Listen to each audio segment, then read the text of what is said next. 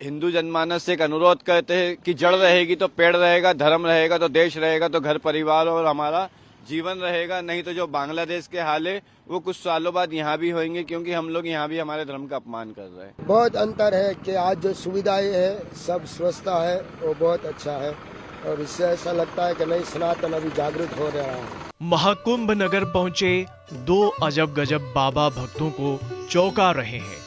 एक हैं बवंडर बाबा और दूसरे हैं स्प्लेंडर बाबा। दोनों बाबा अलग अलग शहरों से हैं, पर दोनों में एक समानता है, वो ये कि दोनों अपनी बाइक चलाकर महाकुंभ आए हैं। बवंडर बाबा का असली नाम है गोविंद बाबा। वो खुद को साधु की बजाय सनातन धर्म का प्रचारक और रक्षक कहना ज्यादा पसंद करते हैं। उनके साथ स्प्लेंडर बाबा यानी शिवरात्रि गिरी भी प्रयागराज पहुंचे हैं। दोनों पैरों से दिव्यांग बाबा ने स्प्लेंडर बाइक को मॉडिफाई करवाकर उसमें तीसरा पहिया भी जुड़वा दिया है। उसी बाइक पर गुजरात से सवार हुए और निकल पड़े प्रयागराज की यात्रा पर। लंबा सफर तय करके स्प्लेंडर बाबा कुंभ नगरी पहुंचे और शुरू कर दी धुनी रमाने की तैयारी। जय गिरनारी, ओम नमो नारायण। गुरु महाराज ने छोटा सा बेग भगवान ने नाम दिया हुआ है शिवरात्रि गिरी। दादा गुरु महाराज का नाम है इंद्रगिरी महाराज, दादा गुरु का नाम है नरेंद्र गिरी महाराज, सेक्रेटरी महाराज। और गुजरात में लिमड़ी और अहमदाबाद, राजकोट अहमदाबाद के बीच में मेरा आश्रम है लिमड़ी के पास, और वहाँ हम रहते हैं, आश्रम चला रहे हैं। और ये कुंभ मेला करने आए हैं, गुजरात से इधर कुंभ मेले में आए हैं, तो सभी साधु संतों का दर्शन और सनातन धर्म के लिए। महाराज जी, ये 3 पहियों वाली बाइक से चलते हैं, क्या वजह है, कुछ बताइए अपने बारे में। वजह तो क्या, हम पैरों से विकलांग है, पोलियो का असर है हमको। जब 3 साल के थे तब ऐसा हो गया था, तो ऐसा है। महाराज जी, क्या मन में उद्देश्य लेकर आए हैं आज प्रयागराज कुंभ की धरती पर? प्रयागराज कुंभ में नहीं, पर हमने जब संन्यास लिया है तब से कि यह कि सत्य का विजय हो और सनातन धर्म हमेशा आदि अनादि से है और रहेगा। गुजरात से प्रयागराज का 14 दिन का सफर आसान नहीं था। बारिश के चलते उन्हें 2 दिन रास्ते में रुकना पड़ा। जब वो प्रयागराज पहुंचे तो कुंभ की तैयारियां देखकर उनकी सारी थकान दूर हो गई। 2013 और 19 के कुंभ में शामिल हो चुके स्प्लेंडर बाबा इस बार की बेहतर व्यवस्था के लिए प्रधानमंत्री नरेंद्र मोदी और उत्तर प्रदेश के मुख्यमंत्री योगी आदित्यनाथ की जमकर तारीफ की। कितने दिन लगे आधे? 14 दिन लगे हैं, उसमें 4 दिन हमको बारिश ने परेशान किया, इसलिए 4 दिन रुके थे कहीं आश्रम पे। एक नाथ जी महाराज के आश्रम पे रुके और चित्रकूट में 2 दिन रुके। हाँ, बाइक से ही आए हम। तो कैसा लगा यहाँ आके पहुँचे, क्या अनुभव रहा आपका? ऐसे तो हमने यहाँ आए तो अभी थोड़ा हमको ऐसा महसूस हुआ है 2025 का कुंभ मेला देख के कि कुछ अनोखा हो रहा है। 2013 में भी हमने इधर संस्कार कराए थे और 2019 में भी हम इधर थे कुंभ मेले में। 19 में नहीं, शायद 2019 में था, उससे पहले 2013 में था। हाँ, 2013 में भी था, 2007 में भी था। 2013 में और 2025 के कुंभ मेले में क्या अंतर है? बहुत अंतर है कि आज जो सुविधाएं है, सब व्यवस्था है, वो बहुत अच्छा है और इससे ऐसा लगता है कि नहीं, सनातन अभी जागृत हो रहा है। क्या लगता है, मोदी जी और योगी जी ने कुंभ मेले के एकदम रंगत काया बदल दी है? हाँ, बदल दिए हैं।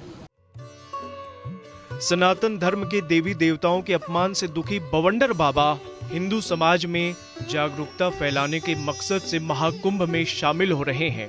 शादी के कार्ड, पटाखे और धूप अगरबत्ती के पैकेट पर देवी देवताओं की तस्वीरों पर भी उन्हें आपत्ति है।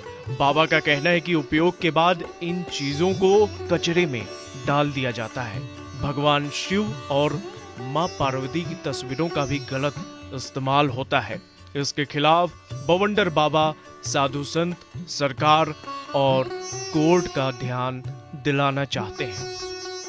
हर हर महादेव। सनातन धर्म प्रचारक रक्षक बवंडर बाबा इंदौर मध्य प्रदेश से पूरे भारत की यात्रा पे हमारा संकल्प है यात्रा का, जो हिंदू देवी देवता के फोटो प्रतिमा का अपमान स्वयं हिंदुओं द्वारा क्यों, हिंदू देवी देवता के फोटो प्रतिमा का अपमान स्वयं हिंदुओं द्वारा क्यों। शादी की पत्रिका पे, कपूर पे, अगरबत्ती पे, फटाकों पे तो आपने भगवान के फोटो देखे, उपयोग के बाद वो गंदगी में जाते। हम धार्मिक क्षेत्र कुंभ क्षेत्र में आए हैं। हमें यहाँ एक बीड़ी मिली है जिसपे शिव जी का फोटो है, पार्वती जी का फोटो है। अब ये हमारे आराध्य, हम इनकी पूजा करते हैं और मादक पदार्थ की श्रेणी में ये बीड़ी आती है। बीड़ी पीने वाला उपयोग करके इसको डस्टबिन में फेंकता है। तो यही हाल पूरे देश में है। यही एक अलग जगह रहे, जनमानस तक, सरकार तक अपनी बात रख रहे, न्यायालय तक अपनी बात रख रहे। बवंडर बाबा ने धर्म की रक्षा को समाज का सबसे बड़ा कर्तव्य करार दिया है। उनका कहना है कि धर्म का अपमान नहीं होना चाहिए। धर्म की अनदेखी का नतीजा बांग्लादेश भुगत रहा है। हमें इससे सीख लेनी चाहिए। हिंदू जनमानस से एक अनुरोध करते हैं कि जड़ रहेगी तो पेड़ रहेगा, धर्म रहेगा तो देश रहेगा, तो घर परिवार और हमारा जीवन रहेगा। नहीं तो जो बांग्लादेश के हाल है वो कुछ सालों बाद यहाँ भी होंगे, क्योंकि हम लोग यहाँ भी हमारे धर्म का अपमान कर रहे हैं। तो क्या लगता है बांग्लादेश में जो हाल बेहाल हुआ उसका कहीं ना कहीं वजह यही रही? अगर धर्म से जुड़े रहेंगे तो सारी आज एक एग्जाम्पल के तौर पे मैं, जो भारत एक सर्वधर्म मान्य देश है, यहाँ हिंदू, मुस्लिम, सिख, ईसाई सभी रहते। कोई भी सिख समुदाय का, सिख गुरुद्वारे का, वाहेगुरु का कई चित्र चिन्ह का अपमान कोई सरदार नहीं करता, ना होने देता है।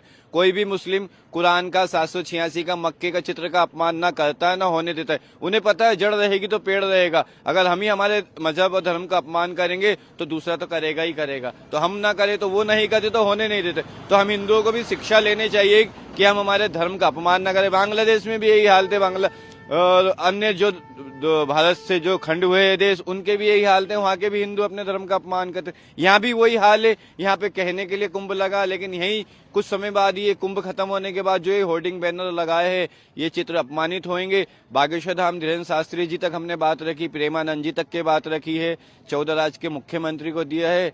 हर संभव प्रयास कर रहे हैं हम हमारी तरफ से। बाबा बवंडर का कहना है कि वो साधु नहीं है, सनातन धर्म के प्रचारक और रक्षक हैं। 3.5 साल पहले उन्होंने अपनी यात्रा शुरू की और अब तक देश का कई कोना वो घूम चुके हैं। कि आज के इस दौर में जब बाबाओं को हमेशा एक प्राचीन युग का देखा जाता है, आप उस जमाने में बुलेट, हाँ, मेरे माता पिता ने मुझे मेरी जिद के आगे आशीर्वाद दिया, फूलमाला पहनाई, और मैं मेरे घर से यात्रा पे निकला हूँ विगत 3.5 साल से। 21 फरवरी 2021 से इंदौर से यात्रा पे, संकल्प पे, दाढ़ी बाल नहीं कटाए, जूते चप्पल नहीं पहने। तो मैं बाबा स्वरूप हो गया हूँ, लेकिन मैं एक प्रचारक और एक क्रांतिकारी हूँ। महाकुंभ में धुनी रमाने के लिए अब तक कई बाबा डेरा डाल चुके हैं। फटफटिया पर सवार बवंडर बाबा और स्प्लेंडर बाबा भी उन बाबाओं की कतार में शामिल हो रहे हैं।